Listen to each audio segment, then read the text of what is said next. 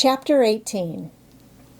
The next day, while the storm was blowing itself out, Wolf Larson and I crammed anatomy and surgery and set Mugridge's ribs.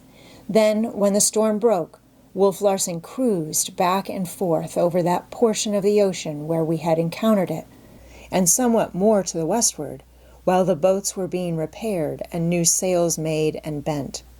Sealing schooner after sealing schooner we sighted and boarded, most of which were in search of lost boats and most of which were carrying boats and crews they had picked up and which did not belong to them. For the thick of the fleet had been to the westward of us, and the boats, scattered far and wide, had headed in mad flight for the nearest refuge.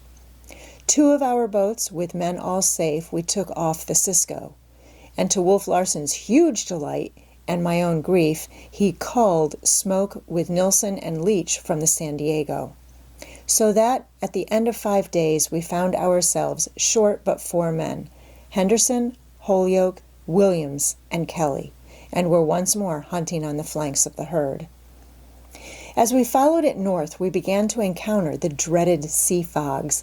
Day after day, the boats lowered and were swallowed up almost ere they touched the water, while we on board pumped the horn at regular intervals and every 15 minutes fired the bomb gun. Boats were continually being lost and found, it being the custom for a boat to hunt, on lay, with whatever schooner picked it up, until such time it was recovered by its own schooner.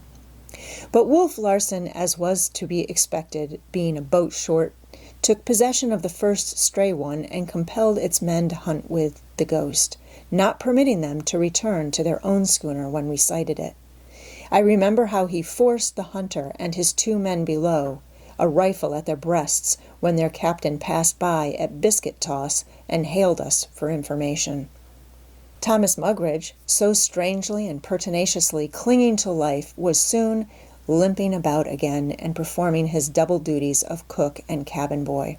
Johnson and Leach were bullied and beaten as much as ever, and they looked for their lives to end with the end of the hunting season, while the rest of the crew lived the lives of dogs and were worked like dogs by their pitiless master.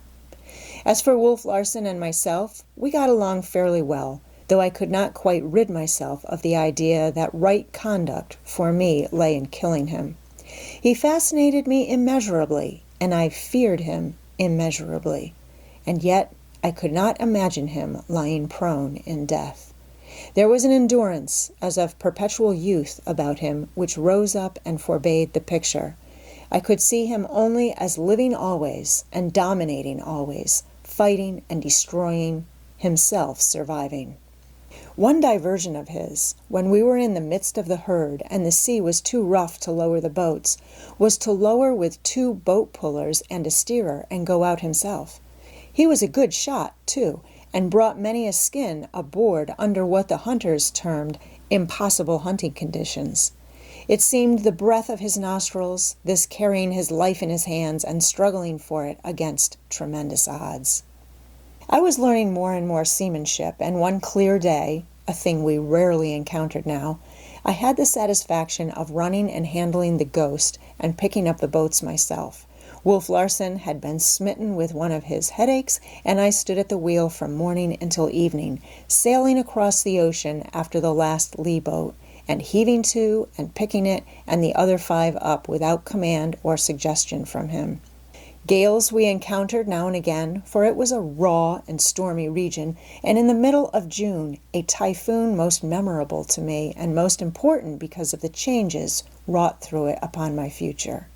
We must have been caught nearly at the center of this circular storm, and Wolf Larson ran out of it and to the southward, first under a double-reefed jib and finally under bare poles. Never had I imagined so great a sea. The seas previously encountered were as ripples compared with these, which ran a half-mile from crest to crest and which upreared, I am confident, above our masthead. So great was it that Wolf Larson himself did not dare heave to, though he was being driven far to the southward and out of the seal herd. We must have been well in the path of the trans-Pacific steamships when the typhoon moderated, and here, to the surprise of the hunters, we found ourselves in the midst of seals, a second herd or sort of rear guard, they declared, and a most unusual thing.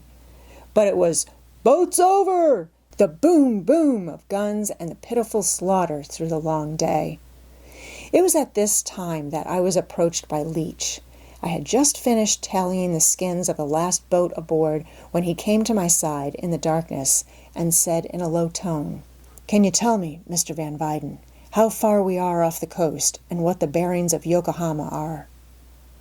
My heart leaped with gladness, for I knew what he had in mind, and I gave him the bearings, west, northwest, and 500 miles away. "Thank you, sir," was all he said as he slipped back into the darkness. Next morning, number 3 boat and Johnson and Leach were missing. The water breakers and grub boxes from all the other boats were likewise missing, as were the beds and sea bags of the 2 men.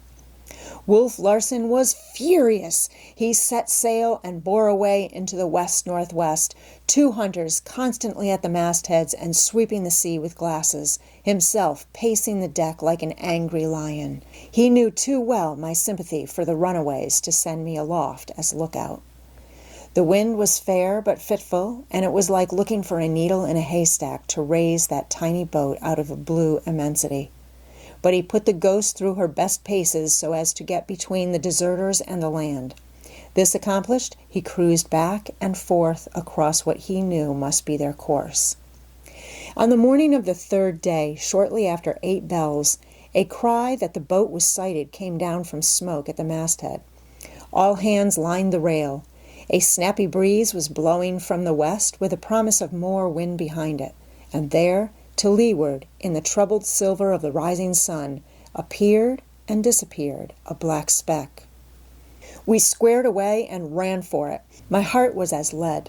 I felt myself turning sick in anticipation, and as I looked at the gleam of triumph in Wolf Larson's eyes, his form swam before me, and I felt almost irresistibly impelled to fling myself upon him. So unnerved was I by the thought of impending violence to Leach and Johnson that my reason must have left me. I know that I slipped down into the steerage in a daze, and that I was just beginning the ascent to the deck, a loaded shotgun in my hands, when I heard the startled cry, "There's 5 men in that boat!" I supported myself in the companionway, weak and trembling, while the observation was being verified by the remarks of the rest of the men. Then my knees gave from under me, and I sank down, myself again, but overcome by shock at knowledge of what I had so nearly done. Also, I was very thankful as I put the gun away and slipped back on deck. No one had remarked my absence. The boat was near enough for us to make out that it was larger than any sealing boat and built on different lines. As we drew closer, the sail was taken in and the mast unstepped. Oars were shipped, and its occupants waited for us to heave to and take them aboard. Smoke, who had descended to the deck and was now standing by my side, began to chuckle in a significant way. I looked at him inquiringly. "Talk of a mess," he giggled. "What's wrong?" I demanded. Again he chuckled. "Don't you see there, in the stern sheets on the bottom? May I never shoot a seal again if that ain't a woman." I looked closely, but was not sure until exclamations broke out on all sides. The boat contained 4 men, and its 5th occupant was certainly a woman. We were agog with excitement, all except Wolf Larson, who was too evidently disappointed in that it was not his own boat with the 2 victims of his malice. We ran down the flying jib, hauled the jib sheets to windward and the main sheet flat, and came up into the wind. The oars struck the water, and with a few strokes the boat was alongside. I now caught my first fair glimpse of the woman. She was wrapped in a long ulster, for the morning was raw, and I could see nothing but her face and a mass of light brown hair escaping from under the seaman's cap on her head. The eyes were large and brown and lustrous, the mouth sweet and sensitive, and the face itself a delicate oval, though sun and exposure to briny wind had burnt the face scarlet. She seemed to me like a being from another world. I was aware of a hungry outreaching for her, as of a starving man for bread. But then, I had not seen a woman for a very long time. I know that I was lost in a great wonder, almost a stupor. This, then, was a woman? So that I forgot myself and my mate's duties and took no part in helping the newcomers aboard. For when one of the sailors lifted her into Wolf Larson's downstretched arms, she looked up into our curious faces and smiled amusedly and sweetly, as only a woman can smile, and as I had seen no one smile for so long that I had forgotten such smiles existed. "Mr. Van Weyden," Wolf Larson's voice brought me sharply back to myself. "Will you take the lady below and see to her comfort? Make up that spare port cabin. Put Cookie to work on it, and see what you can do for that face. It's burned badly." He turned brusquely away from us and began to question the new men.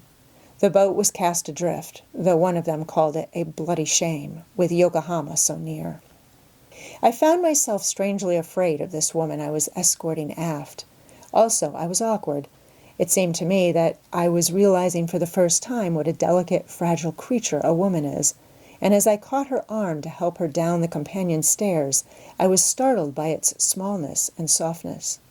Indeed, she was a slender, delicate woman, as women go, but to me she was so ethereally slender and delicate that I was quite prepared for her arm to crumble in my grasp. All this, in frankness, to show my first impression after long denial of women in general, and of Maud Brewster in particular. "No need to go to any great trouble for me," she protested, when I had seated her in Wolf Larson's armchair, which I had dragged hastily from his cabin. "The men were looking for land at any moment this morning, and the vessels should be in by night. Don't you think so?" Her simple faith in the immediate future took me aback. How could I explain to her the situation, the strange man who stalked the sea like destiny, all that it had taken me months to learn? But I answered honestly, "If it were any other captain except ours, I should say you would be ashore in Yokohama tomorrow. But our captain is a strange man, and I beg of you to be prepared for anything. Understand? For anything." I confess I hardly do understand," she hesitated, a perturbed but not frightened expression in her eyes. "Or is it a misconception of mine that shipwrecked people are always shown every consideration? This is such a little thing, you know. We are so close to land." "Candidly, I do not know," I strove to reassure her. "I wished merely to prepare you for the worst, if the worst is to come. This man, this captain, is a brute, a demon, and one can never tell what will be his next fantastic act." I was growing excited, but she interrupted me with an, "Oh, I see," and her voice sounded weary. To think was patently an effort. She was clearly on the verge of physical collapse. She asked no further questions, and I vouchsafed no remark, devoting myself to Wolf Larson's command, which was to make her comfortable. I bustled about in quite housewifely fashion, procuring soothing lotions for her sunburn, raiding Wolf Larson's private stores for a bottle of port I knew to be there, and directing Thomas Mugridge in the preparation of the spare stateroom. The wind was freshening rapidly, the Ghost heeling over more and more, and by the time the stateroom was ready, she was dashing through the water at a lively clip. I had quite forgotten the existence of Leach and Johnson when suddenly, like a thunderclap, "Boat ho!" came down the open companionway. It was Smoke's unmistakable voice crying from the masthead. I shot a glance at the woman, but she was leaning back in the armchair, her eyes closed, unutterably tired.